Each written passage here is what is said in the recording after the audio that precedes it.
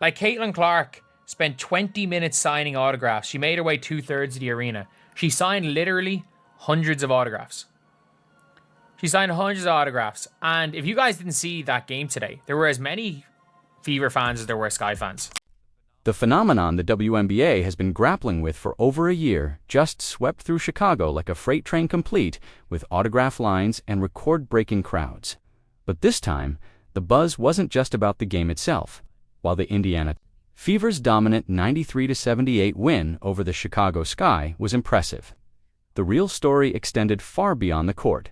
So once again, the god Caitlin Clark came and bricked Barbie's house, scraped her goofy ass even on her off day, and took over her arena signing autographs. You see, Black Clan, this is what the face of the league looks like, ladies and gentlemen. Caitlin Clark, everybody wanting to get a signature of the most electrifying woman in women's basketball, man. Bricklayer. No, this was about something deeper, something more poetic and far more humbling for Angel Reese's hometown pride.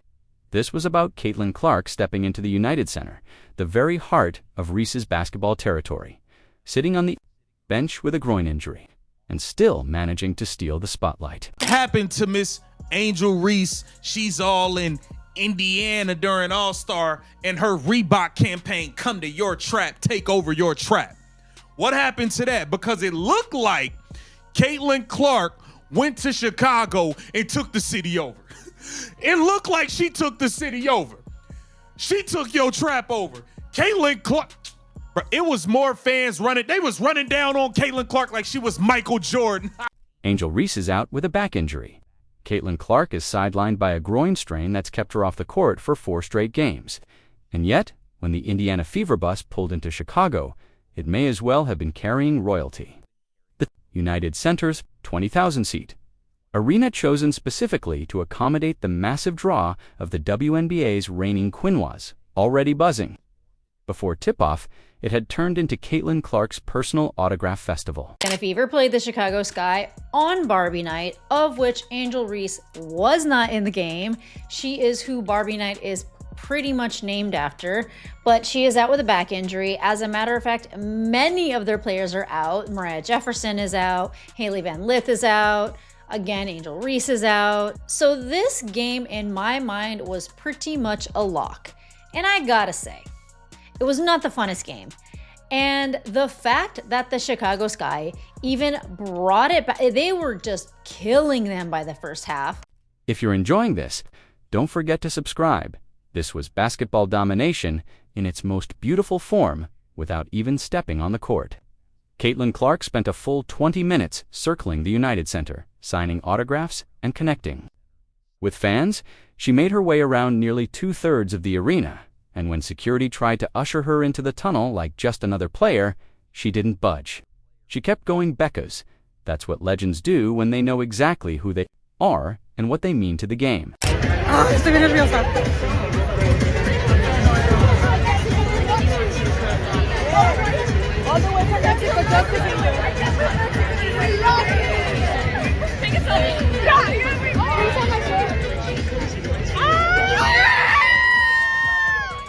And here's the kickerone that should make every Angel Reese fan rethink everything they believed about the basketball pecking order.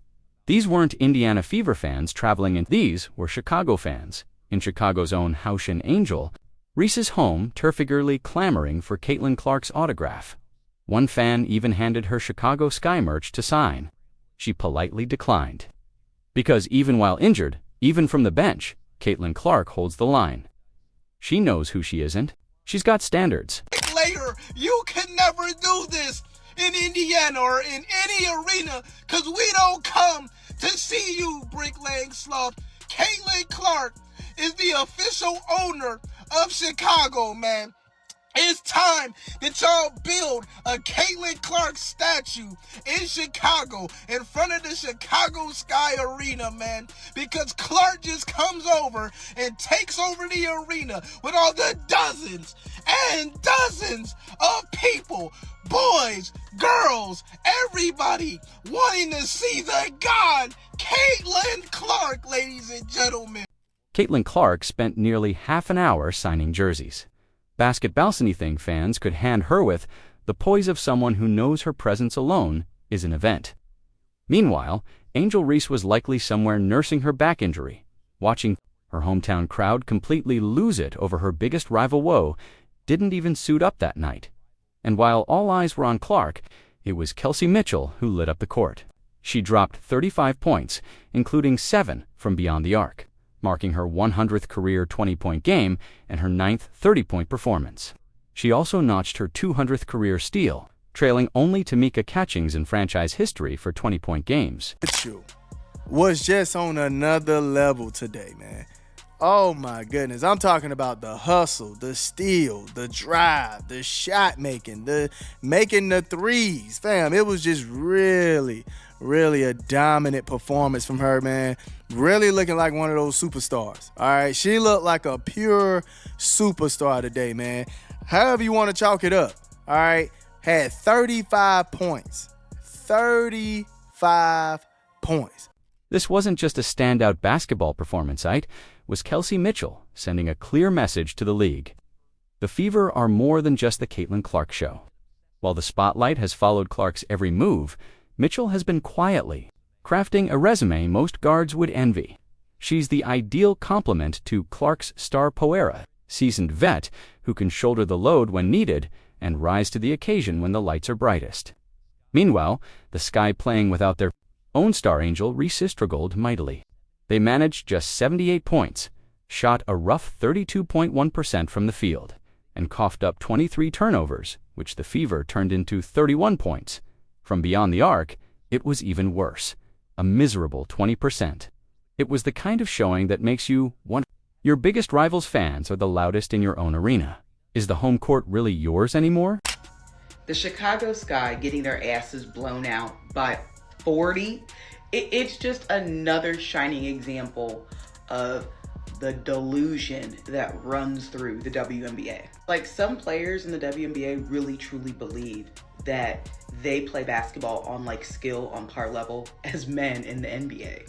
These women in the WNBA are a Bush League junior varsity high school basketball team. It would be one thing if like you're shooting and your shots just weren't falling and your percentage was just like low for the night. But this is just absolutely an embarrassing display of what is described as the best of the best level of basketball. What happened in Chicago on July 27th wasn't just about a single game or a single player. It was a redefining moment for what it means to be a true draw in professional sports. Caitlin Clark's impact is rewriting the playbook. Her jersey is the second best-selling basketball jersey in American note, just in the WNBA. But across all of basketball, behind only Stephen Curry, her presence has fueled a staggering 1,000% year-over-year spike in player-specific WNBA merchandise sales. Games featuring Clark now average 1.178 million. Viewers nearly tripled the viewership of other WNBA matchups. The Indiana Fever draw an average of 16,804 fans per game, nearly doubling the 8,552 average. At non-Fever games, when she plays in cities like Atlanta and Washington, the numbers skyrocket. Atlanta's crowd leaps from 3,316 to 17,592. Washington sees a surge from 4,988 to 20,522. But Chicago was something else entirely.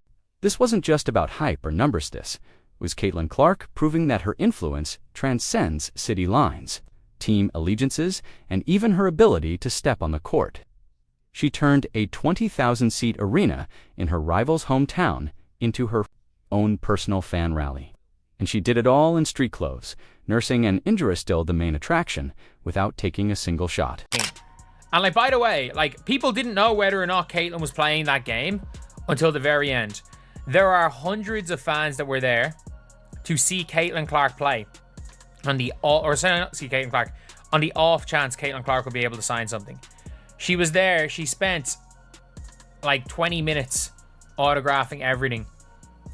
So here's Caitlin Clark signing autographs for 2 minutes 20 seconds. There are just a serious amount of fans. I don't even know, is that even just a towel? Like, it's very different. Like, they're showing up there People are showing up just to witness Caitlin Clark. It's like she's the damn Beatles. You want to talk about psychological dominance? Angel Reese has missed 2 straight games with a back injury bot, even if she'd been healthy. She would have had to watch thousands of her own hometown fans roll out the red carpet for her biggest rival. That's not just losing a Gamethots watching your home court mystique unravel in real time. The game was moved to the United Center solely to handle the massive wave of fans Caitlin Clark brings with her. The Sky's usual home, Wintrust Arena, seats about 10,000. This game needed twice that because Clark doesn't just fill arenas, she shifts their entire energy. And this isn't just about stats or win style.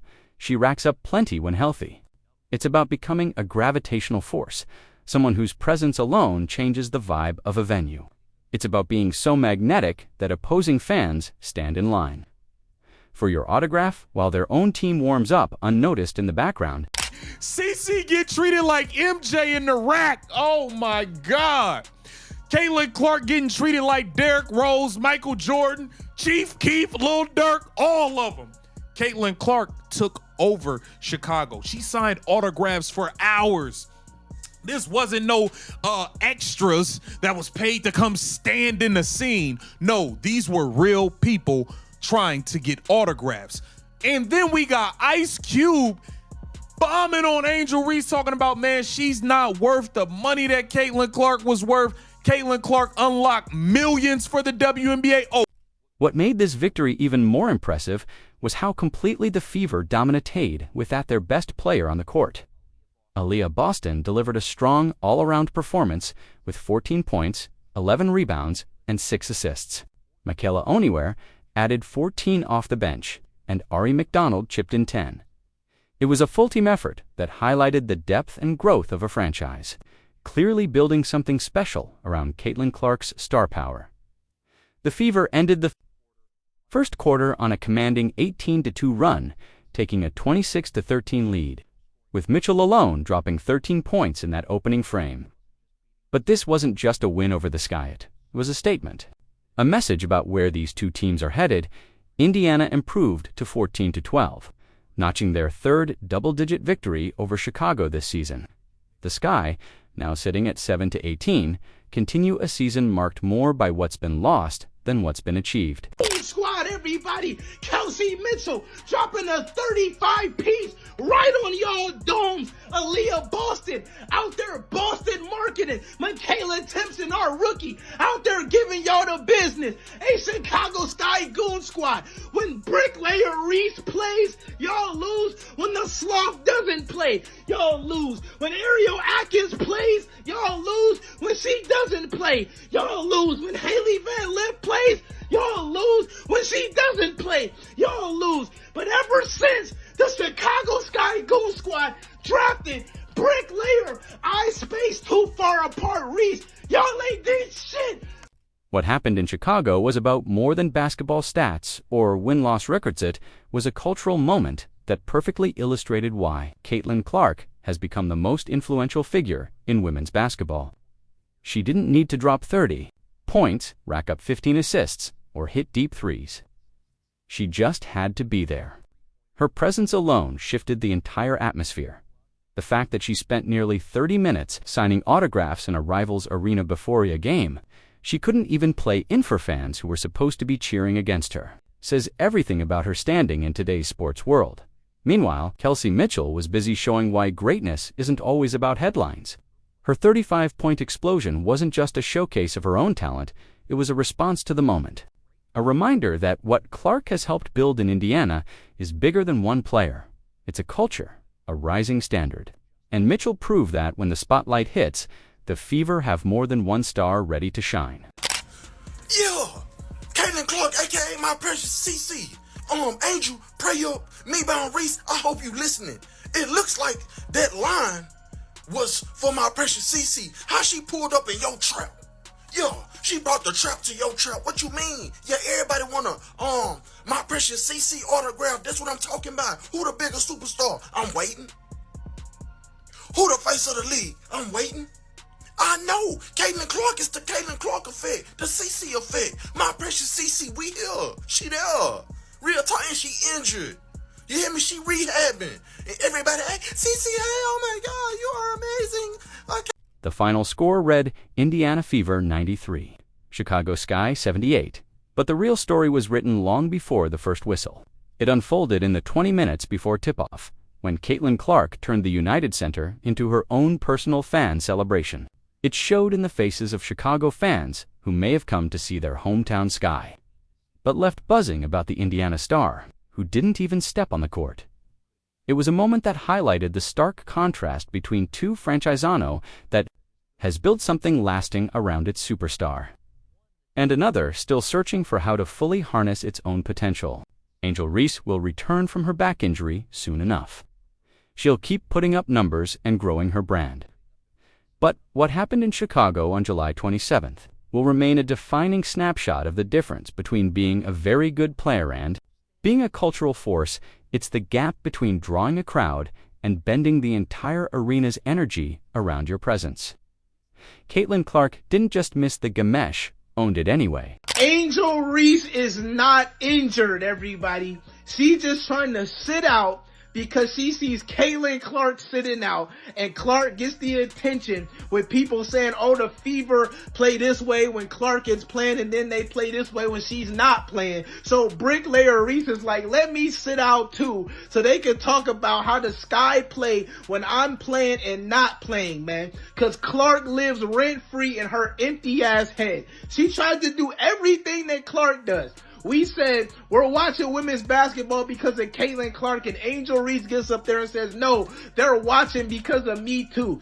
Caitlin Clark came to Chicago, sat on the bench, signed autographs on, somehow still stole the entire show.